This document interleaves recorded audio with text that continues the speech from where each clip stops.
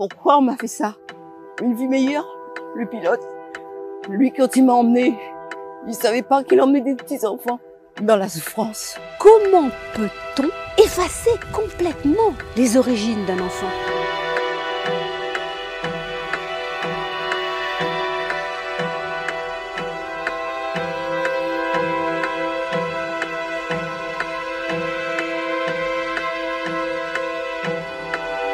J'ai demandé au gouvernement de présenter ses excuses à la petite Daisy qu'ils ont déracinée, qu'ils ont mis là-bas où l'herbe n'était pas plus verte, mais pire. On nous a arrachés à notre île, à notre culture, à nos familles. C'est une page sombre de l'histoire de France.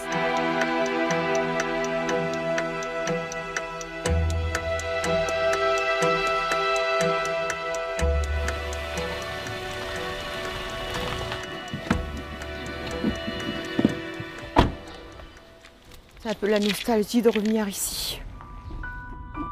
Ça me fait du bien, mais d'un côté, ça me rend triste. Ça a changé. Tout est en abandon, tout le monde est parti chacun de son côté. On a été déportés en France, mais après.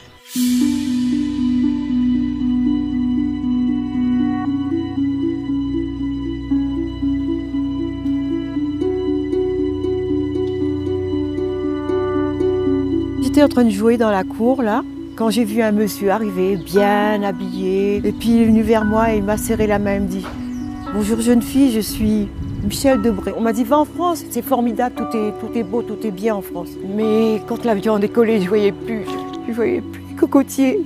Là, j'ai compris que c'était fini, je ne verrai plus mon île.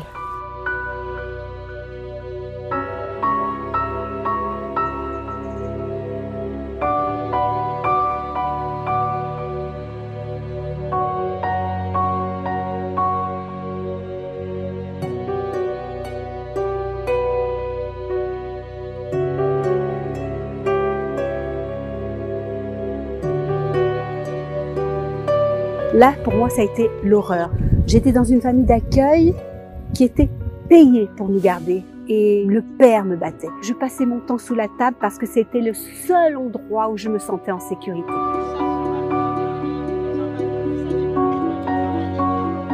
Mon frère Joseph, qui n'a pas supporté cet exil, a mis fin à ses jours, il avait 32 ans. On ne peut pas l'imaginer.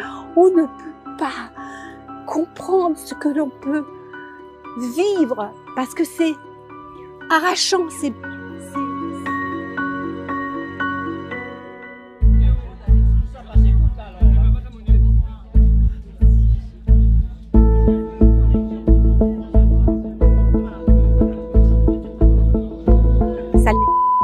Blanche-Neige, retourne dans ton pays, au point d'une élève qui fait une chanson sur moi, la petite pisse dans l'eau, mais ça a été une horreur. Quand je suis montée dans le Boeing 707, je ne savais pas que le pilote m'emmenait dans un pays où j'allais subir la honte, l'humiliation, en me disant souvent « sale retourne dans ton pays de sauvage ».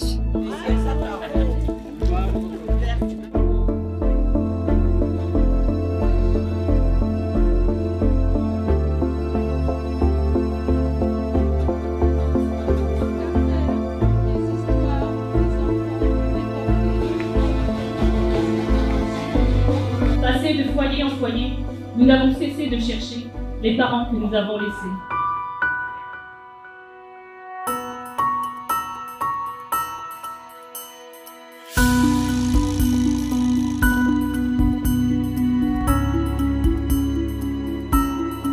Je refuse le mensonge qui est écrit dans ce dossier. Je refuse. C'est facile de dire que j'étais une enfant violente. Elles m'ont changé, les bonnes sœurs, de foyer en foyer. Elles n'ont pas raconté ce qu'elles m'ont fait. Les coups physiques, les coups moraux. Ils m'ont mis il y a 15-16 ans dans une famille d'accueil. La dame, elle travaillait de nuit. Le mari, lui, venait le soir dans mon lit. Et puis, il me violait.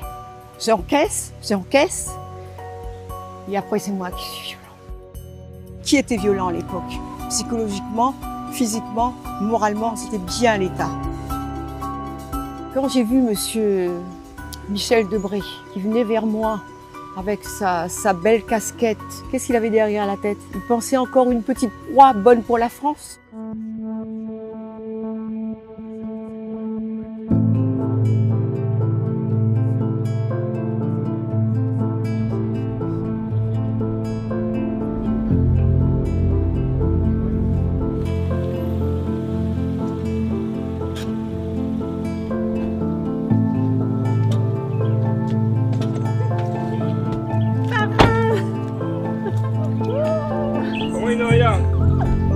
parrain, c'est ma vie ici à La Réunion avec sa femme, Micheline.